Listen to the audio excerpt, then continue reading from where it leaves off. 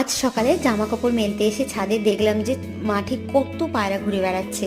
তো চাষিরা সব ধান কেটে নিয়ে চলে গেছে, তো সেখানে হচ্ছে যত ধান পড়ে আছে সেই ধানগুলো খুঁটি খুঁটি খেতে এসছে পায়রাগুলো।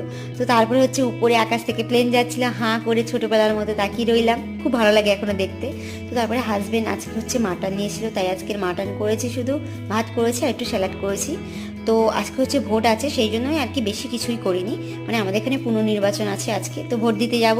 তো ছেলেকে হচ্ছে রান্না করতে করতেই কষা দিয়ে দিয়েছিলাম, ও 2-4টে কষা খেয়েছে, তারপর ওকে ভাত দিয়ে তারপর আমি একটু ভাত খেয়ে নিই, তারপর রেডি হয়ে বিকেলে এখন বেরিয়ে পড়েছি। আমি পুজির ছেলে, শ্রীলেখা, আরও পাড়ার অনেক দিদি ভাই, তো সবাই মিলে ভোট কেন্দ্রে চলে এসেছি। ভোট কেন্দ্রে ঢুকে গেছি, তারপর ভোট দেওয়া হয়ে গেছে। এবার হচ্ছে প্রায় সন্ধে হতে যাচ্ছে, আমরা যাব বাড়ি। তো বাড়ি চলে এসে ছাদে জামা কাপড়গুলো আগে তুলতে গেছি, মানে ঠান্ডা হয়ে যাবে। তো দেখলাম গোল্ডিও চলে এসে আমার সঙ্গে জামা কাপড় তুলতে। তো চলুন আজকের ভিডিওটা এই পর্যন্ত, কেমন লাগে আর ভালো লাগলে লাইক করে দেবেন।